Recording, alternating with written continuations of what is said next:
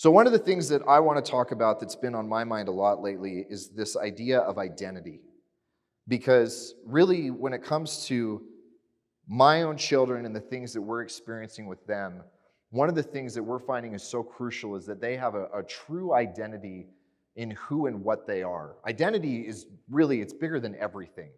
And the things that we believe about ourselves, the self-talk that we have, the things that we tell ourselves who and what we are, because we're humans and because we like consistency, those are the things that we don't want to change.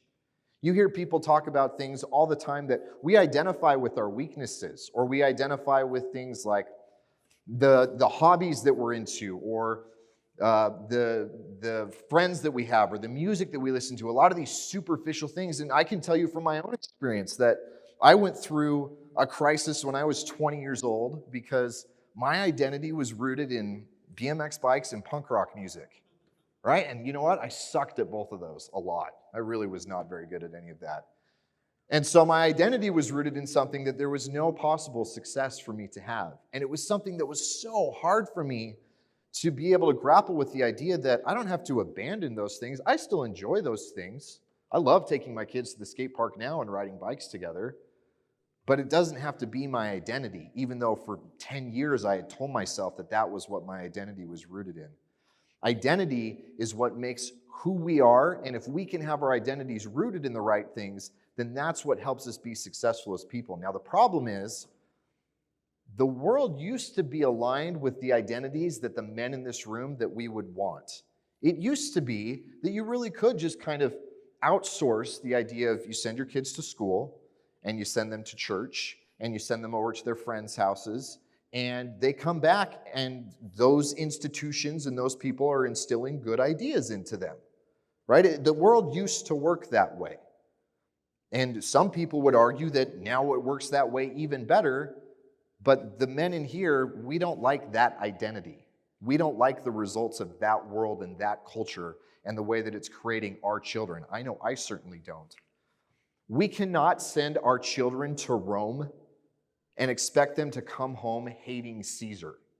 And that's what happens if we continue to outsource the creation of our children's identity by sending them into these other environments and not doing anything to offset that. Hunter talked about that. That doesn't mean you have to homeschool. We've made that decision. But it does mean that when your kids when they do come home from school, you have to talk to them about what they've done, what they've learned, what they think about that. How does that jive with the things that we're trying to teach them as parents? Because we have to be the primary source of what their identities are. Everything else needs to be secondary. Otherwise, Rome gets to choose who our kids are. And Rome isn't interested in our kids' best interest. Rome is only interested in creating the best citizens for Rome. I don't want my kids to be fodder for Rome.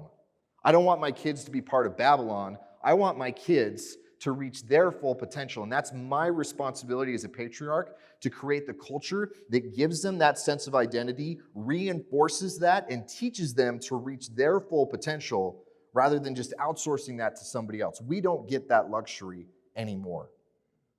Now, identity is not something that's created by things like law. It's not created by logic. It's not created by mandate. Identity is created by culture. And culture is the driver of everything.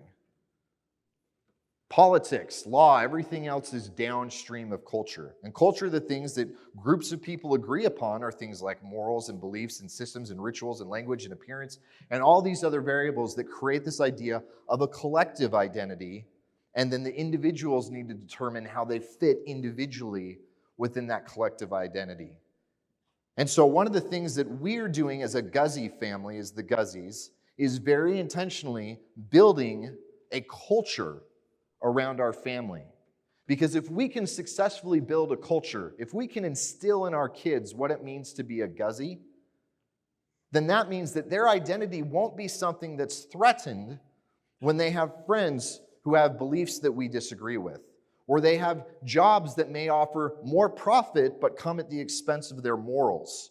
Or my son has a girl that's really hot and is really into him, but she's not good for him. Or my daughters can't find the kind of caliber of men that they would like to marry, and so they just become spinsters. we can create the kind of culture within our family and then watch it expand out. Because here's one of the other things that's really interesting about this culture problem.